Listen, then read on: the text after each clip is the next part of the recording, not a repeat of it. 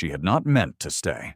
Agnes Hartley had come to the Dowager Duchess's dressing room to set out the morning's garments, as she had done 6 years without variation, and she had found the door standing a half-inch open, and through that half-inch she had heard something she was not meant to hear, and could not unhear. The Duchess sat at the small writing table by the east window, not writing. Both hands rested flat on the polished surface.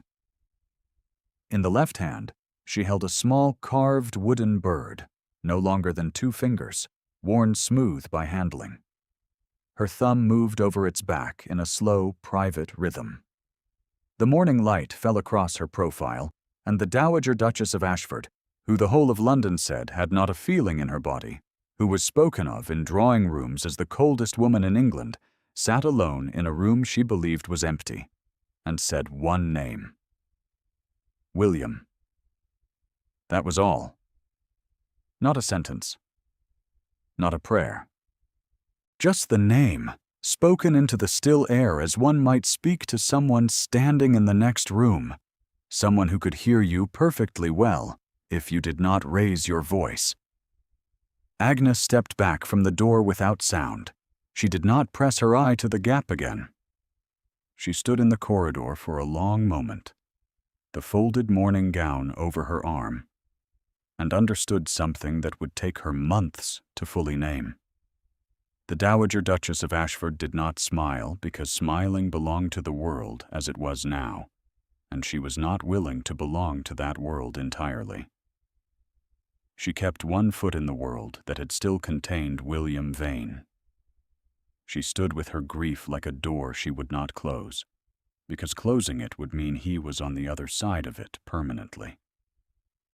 Agnes had not spoken of it. 6 years in service, and some things you carried alone. If you have ever held a secret, for someone who did not know you held it, stay a moment. This is that kind of story. She had come to the household at 18, the daughter of a Norfolk clergyman who had died owing more than he owned, leaving Agnes with good handwriting, sound French, and no prospects beyond her own competence. Mrs. Clough, the housekeeper, had taken one look at her in the servants' hall and said quietly that the Duchess required a maid with steadiness above all things. Agnes had not known then what steadiness would require. She knew now. It required the ability to be present in a room without being seen in it, to anticipate need without pressing herself forward, and to carry knowledge that did not belong to her with sufficient care that it never slipped. The Dowager Duchess was not an easy woman to serve. She was precise and demanding, and spoke in the particular register of a woman who had spent 40 years having her smallest preferences treated as requirements of the natural order. She did not thank servants. She did not abuse them either. She noticed them the way a careful craftsman notices the quality of his tools, assessing competence rather than acknowledging persons. Agnes had decided early that this was not cruelty. It was a specific kind of loneliness that had learned to pass for self-sufficiency. The household itself sat on the edge of Grosvenor Square, in a house too large for 2 women and a skeleton staff. The Duchess occupied the east wing. The west remained closed, its dust sheets undisturbed, its windows shuttered. William Vane had occupied those rooms until 3 years ago. No one had opened them since the night the letter came from the post road. The world said he had overturned his carriage on the Salisbury Road in a November fog, driving too fast as young men do, and that was the respectable story, and everyone kept to it. Agnes did not know the whole truth. She knew only that the Duchess had received a sealed letter at midnight, and by morning she had arranged the dust sheets in the west wing herself, without calling for help. And she had not smiled since. The season arrived with its usual machinery, and the machinery brought Charles Vane home. He came in the 3rd week of October, 3 years after his brother's death, and 4 months after his regiment had been stood down at last. He was 34 years old, and the Duke of Ashford now, which was a title he wore the way a man wears a coat cut for someone else. Agnes watched him dismount in the courtyard from the first-floor window, and noted the particular quality of his stillness as he looked up at the house. Not homecoming. Assessment. He stood with his hands loose at his sides, his face still in the October light, his eyes moving across the facade as though calculating what he had walked into. He was tall and broad-shouldered, darker than his mother, with the kind of face that had been handsome before the war had finished doing its work on it. A jaw set against itself. Eyes that would have been brown in softer light, but were closer to the color of old wood in the courtyard's gray morning. He had his father's height, and nothing else Agnes could identify from the miniature on the mantelpiece. He stood in the courtyard for a moment longer than was necessary. Then he went inside. His reunion with his mother lasted 11 minutes. Agnes timed it from the corridor. When he emerged from the drawing room, his expression had not changed. He spoke to Mr. Fenwick, the family solicitor who had been waiting in the hall, in a voice too low for Agnes to hear, and then he went to the study and closed the door and did not come out until dinner. At dinner, the Duchess sat at one end of the table and the Duke at the other, and the distance between them was exactly the width of the table, and rather more besides. Agnes served alongside the footman that first evening, and she watched what she had come to think of as the household central performance, which was two people deploying impeccable manners in the service of not speaking. The Duchess cut her meat with the precise economy of a woman who had trained herself out of appetite. Charles drank his wine and kept his eyes on the middle distance. There were 12 candles on the table. Agnes had arranged them herself, and she was aware, with a quiet absurdity, that she had chosen a configuration designed to flatter the room, and had instead illuminated, in very good light, the exact shape of everything that would not be said. They spoke of the estate's autumn accounts. They did not speak of William. Lady Honoria Belmore arrived the following Thursday. She arrived in a carriage that was newer than it needed to be, accompanied by her mother and a maid of her own whose uniform was sharper than Agnes's. She was 22 years old, handsome in the manner that required very good light and absolute stillness, and she had been spoken of in connection with his return to England since the moment his ship was sighted off Portsmouth. The Ashford solicitors and the Belmore solicitors had been corresponding for 6 months. Agnes did not know the precise terms of the arrangement. She knew her the way she knew most things in this household, which was by watching carefully and speaking very little. Lady Honoria noticed Agnes on the second day. She noticed her in the way that some women notice the furniture, as something that ought to be properly placed and not obtruding. "I see the Duchess keeps her maid," Lady Honoria said to Charles in the corridor outside the morning room, as though Agnes were not standing 2 feet away with the silver tray. "One would have thought, with the household to be reorganized, one might take the opportunity." She smiled at him. It was a very practiced smile. "A maid who has served for years acquires opinions," she said. "It is never convenient." Charles had said nothing to that. He had glanced briefly toward Agnes, and then away. Agnes had kept her face entirely still, as she had been keeping her face still for 6 years, and she had carried the silver tray into the morning room and set it down without a sound. That was the first time. She was just a maid, she had implied.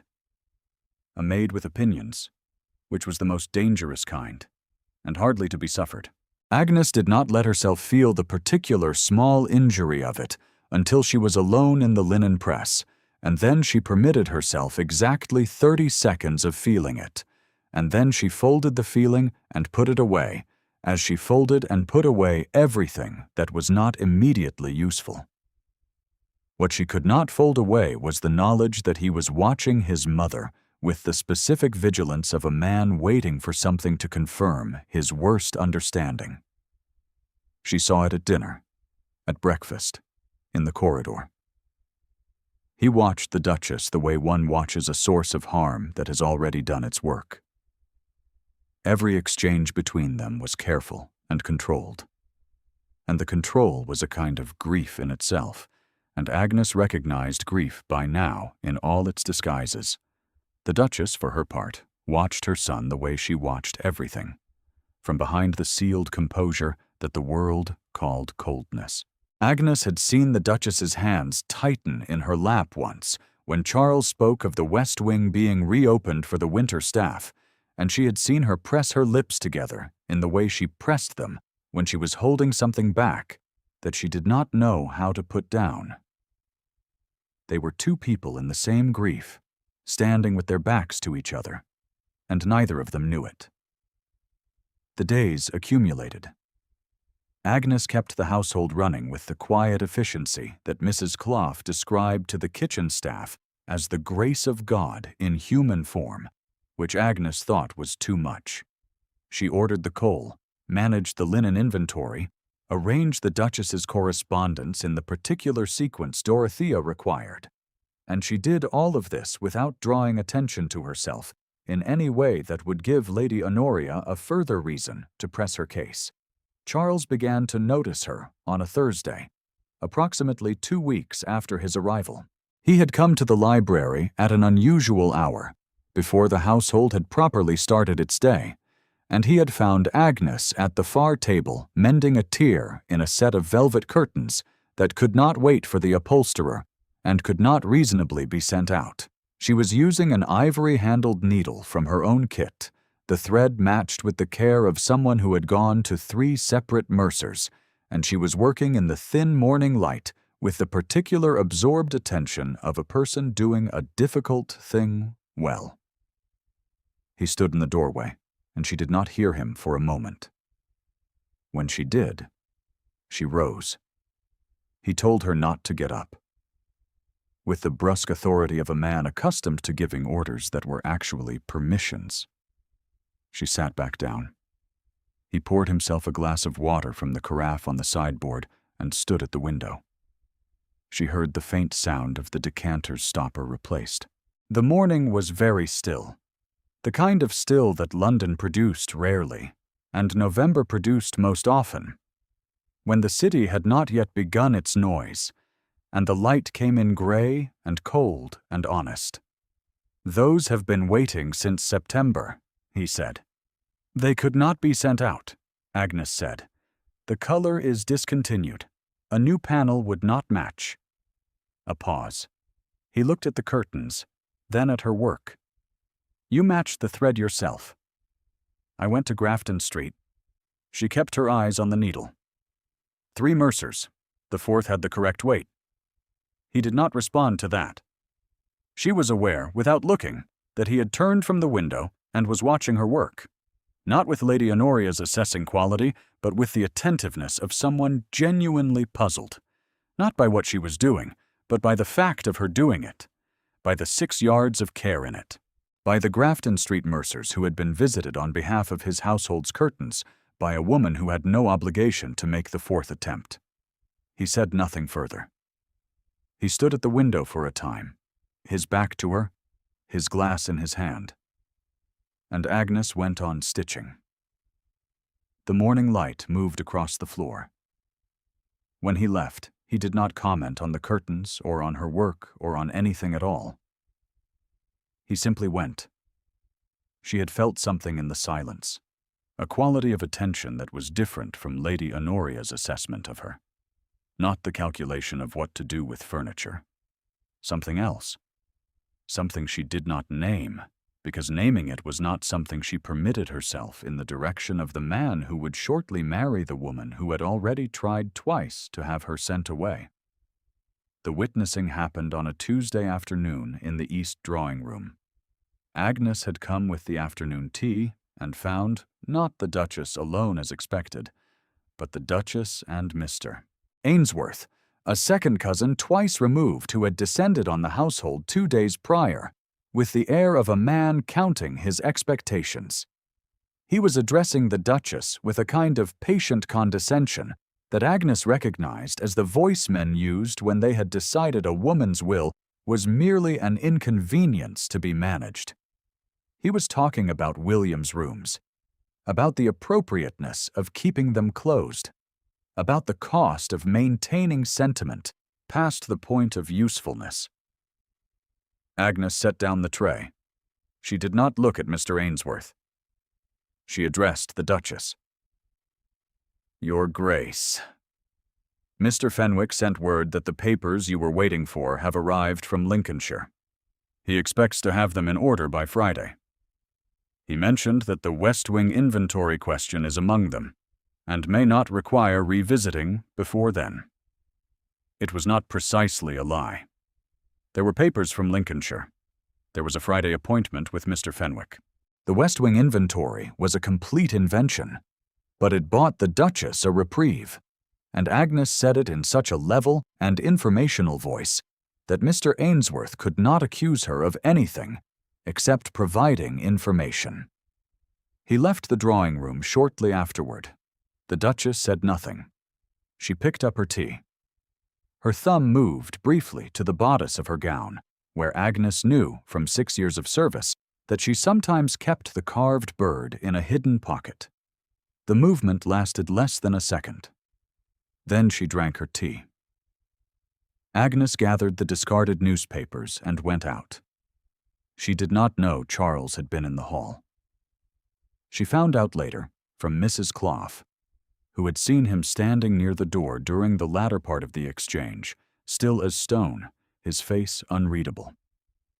He had waited until Agnes emerged from the drawing room, and then he had followed her with his eyes all the way to the staircase landing without saying a word. Mrs. Clough had thought nothing of it. Agnes thought a great deal of it, and kept her thoughts to herself.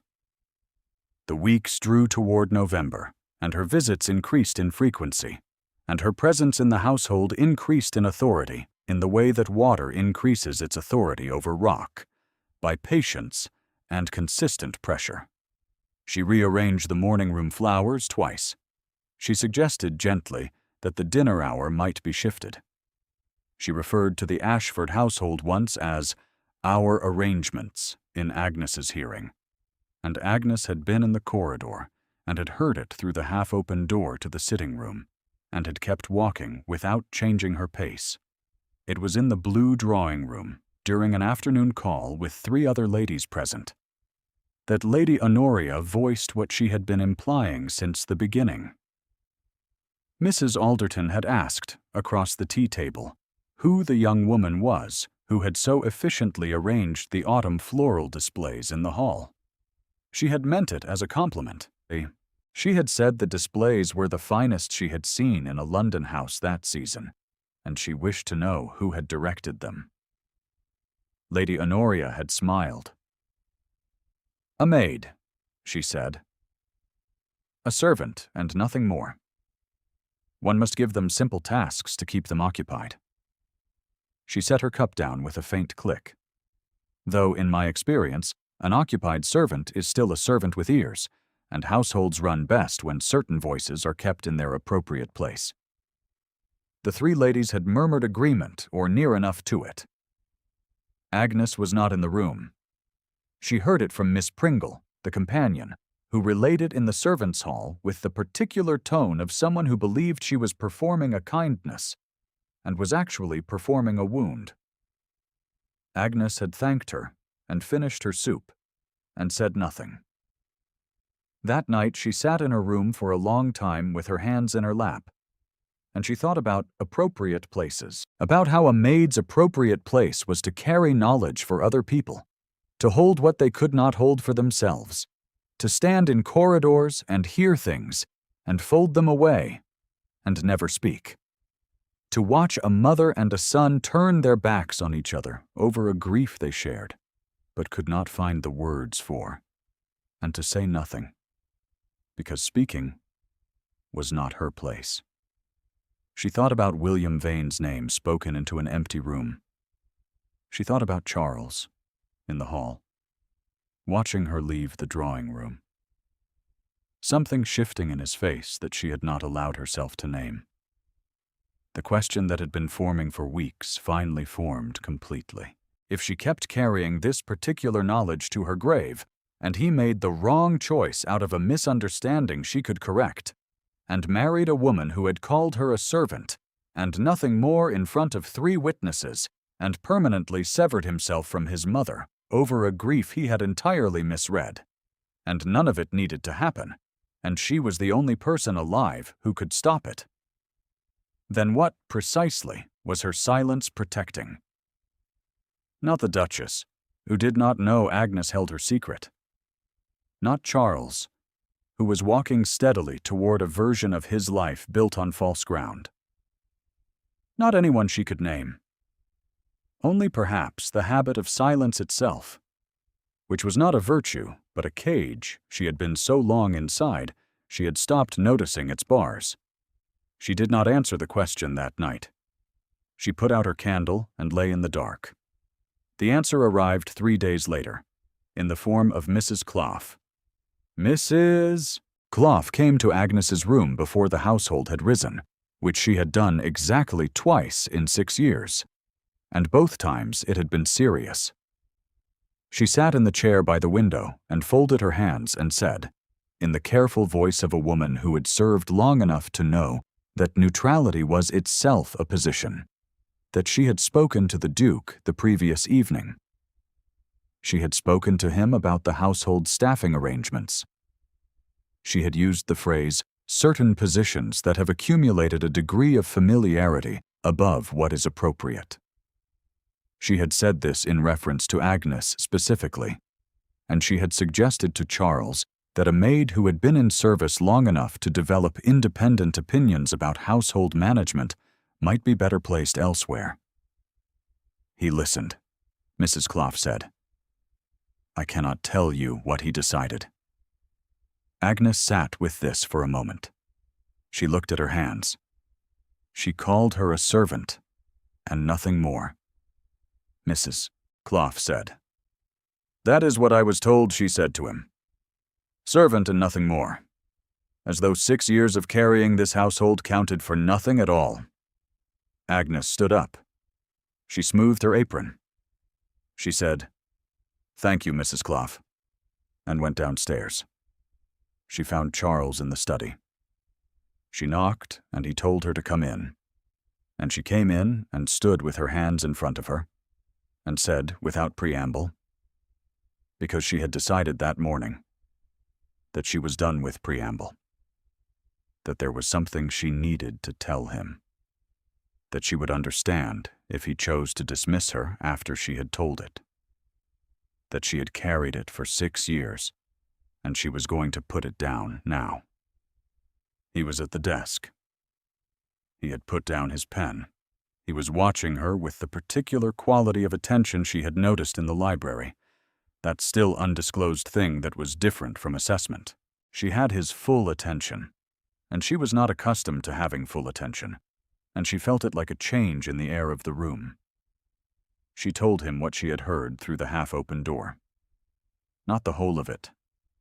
She did not pretend to know what she did not know, and she did not elaborate beyond what she had witnessed. She told him that his mother sat alone in her room and said William's name, that she held a small carved bird that had belonged to his brother, that she said it the way you speak to someone you expect to hear you, that the woman the season called cold had not smiled in 3 years because smiling was what you did in the world as it was, and the Duchess was not ready to belong entirely to that world, because that world did not contain William. She is not cold, Agnes said. She is the furthest thing from cold. She is a woman who loves someone who is not here, and she does not know how to be present in a room where that person is not present. And I have watched her for 6 years. And if you have believed she was blaming you for surviving, you have been wrong. She has not been thinking of blame. She has been thinking of William. The silence in the study was of a particular kind. not the silence before an answer. The silence of something that has been carried for a long time, set down for the first time, and the person who set it down has not yet moved. Charles Vane sat very still. The fire in the grate made a small sound. Somewhere in the house, a clock measured out the minutes. Agnes watched his face and saw something she recognized, because she had seen it on the Duchess's face in small and careful doses. She saw a man who had organized his grief into blame, because blame was a shape that held, and it was collapsing. And the thing beneath it was not fury, but sorrow. And sorrow was much harder to carry. He said, finally, in a voice that was lower and less level than his usual voice, "She has never said any of this." "No," Agnes said. "She would not know how." A pause. "Nor would you, I think. It runs in the family?" She was not sure where that came from. She felt the edge of it, the slight overstepping, and she was prepared to apologize. Something almost imperceptible moved in the corner of his mouth, and he pressed his lips together. And it was not a smile exactly, though it was the near edge of one. And it startled them both into a brief, astonished silence. Then his face reassembled. He looked at his desk. He said in a careful voice, "Miss Hartley, I will need a few minutes." She understood that this meant she should go. She went. She was halfway to the door. "Miss Hartley." She turned. He was still at the desk, not looking at her, his hands flat on the surface in a posture she recognized because she had seen it on his mother. Both hands. The same steadying gesture. The inheritance of it, visible in the body. "You should not have had to carry that," he said. Agnes held the door. She said, "No." But someone had to. She went out and closed it quietly behind her. She did not go immediately to her duties. She stood in the corridor for a moment with her hand still against the door, listening to the quality of the silence on the other side of it. There was a pause, and then the sound of a chair pushed back, and then footsteps, slow and deliberate, crossing to the window. She knew that sound. She knew the particular pattern of a person who needed the weight of the floor under his boots before he could think. She had heard it from the Duchess in the nights that followed November 3 years ago. Grief walked like that, apparently. It paced. Agnes straightened her apron. She went to her work. The afternoon call that day was a full one. Lady Honoria arrived at 3 o'clock with her mother, and there were 2 other callers besides. And the blue drawing room was as crowded as it ever became, and Agnes moved through it with her tray and her stillness, and waited for what she had set in motion. It did not take long. Honoria was talking about the household in that particular proprietary register, and she was talking about the winter staff arrangements. And she said, as she had said before in one form or another, that certain positions which had outlasted their usefulness were sometimes harder to correct the longer one waited. And she looked very briefly toward the door through which Agnes had passed. She did not name her. She did not need to. The implication sat in the room and everyone felt the weight of it, which was, Agnes understood, precisely the point. That was how she operated. She did not accuse. She implied. She let the room do the work. The door opened. He came in. He was wearing a dark coat, and his face had a quality she had not seen on it before, a kind of deliberate composure that was different from his usual reserve. His usual reserve was a wall. This was the composure of a man who has made a decision and is carrying it out, and has accounted for every consequence. He crossed the room. Not toward Honoria. Toward Agnes. She had not moved. She was standing near the window, the silver tray in her hands, and she watched him cross toward her and felt her pulse do something she had instructed it not to do. and she stood very still. He stopped in front of her. He reached out and took the tray from her hands with a deliberateness that was quiet and absolute, and set it on the table beside them without looking away from her. And then he turned to the room. The room had gone entirely quiet, in the way rooms go when the air has changed, and everyone present understands that something is happening. That is not a small thing. Lady Honoria's voice was very controlled. "Charles." He did not look at her. He spoke to the room. His voice was level and clear, and had no particular temperature. "Miss Hartley stays. Lady Honoria Belmore does not." The silence that followed was of the held breath variety. Honoria said, "I beg your pardon." "I think you heard me clearly," he said. He turned to her then. "You have spoken of Miss Hartley's position in this household on several occasions, in terms I will not hear repeated. You have suggested that a woman of 6 years of loyal service to my mother is a servant, and nothing more. I do not agree with you, and I find I do not agree with you about a good many things, and I am no longer willing to pretend otherwise." Lady Honoria rose. Her composure held, but only just, and only in the way that a thing holds when it is near its limit. "This is very sudden," she said. "No," Charles said. "It has been several weeks. You simply did not notice." He did not say anything further. He did not need to. The room had taken it in. The ladies on the settee had faces carefully set to polite blankness. Honoria's mother had picked up her gloves from the chair arm. The thing had been said, and it could not be unsaid. Agnes stood with her hands free, for the first time in the afternoon, and looked at him, who had crossed a room and taken a tray from her hands, and changed everything in 10 words. And she felt the thing she had not allowed herself to feel for weeks settle into place with the specificity of something that had always been going to happen and had only been waiting for its moment. She did not let it show. She was practiced at not letting things show. He turned to look at her after the room had begun to absorb what had just occurred, and she looked back, and neither of them needed to say anything further. Some things did not require words. The body, as it had always been, was a better instrument. She was aware of her own pulse in a way she was not usually aware of it. She was aware that the silver tray was still on the table where he had set it, and that no one had picked it up, and that for the first time in 6 years she was standing in a room not as the keeper of it, but as a person inside it. And the feeling was so unfamiliar that it took her a moment to name it. It felt, she thought, like being seen, not assessed, not noted as furniture. Seen, the way the Duchess's eyes moved to the carved bird in the dark, the way William's name had been spoken into an empty room as though speaking made the person more real. It felt like being made real by someone's attention. The calling hour ended.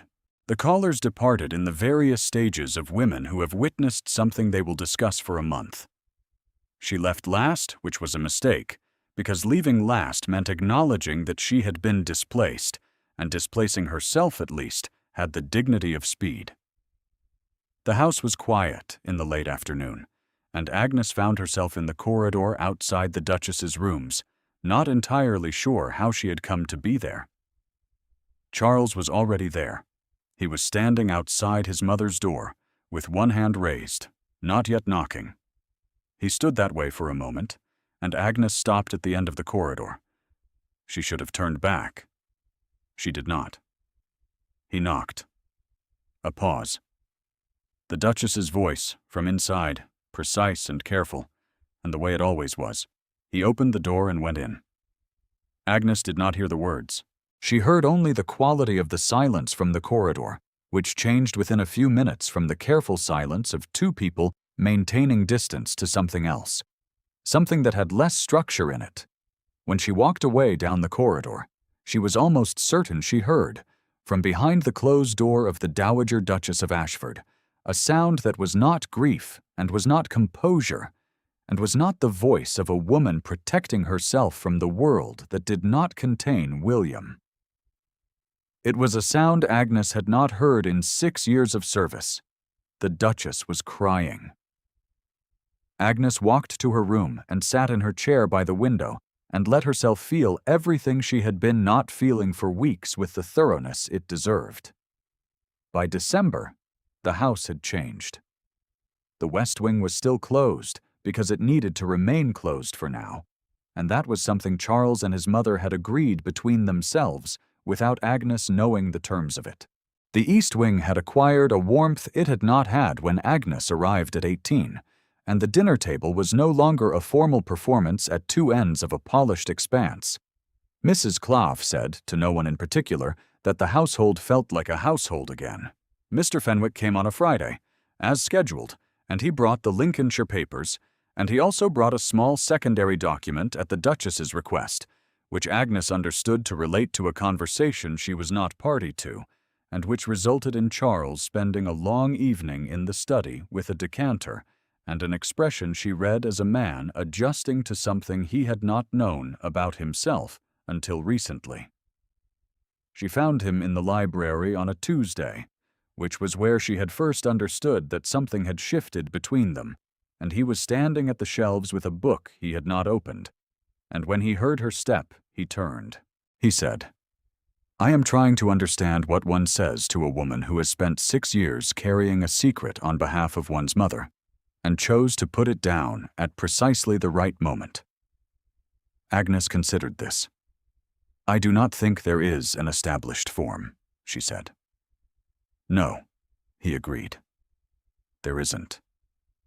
He crossed the room. He stopped in front of her, at a distance that was exactly close enough to be a statement, and not close enough to be anything that required an apology. And he looked at her the way he had looked at her in the study, when he had told her she should not have had to carry it.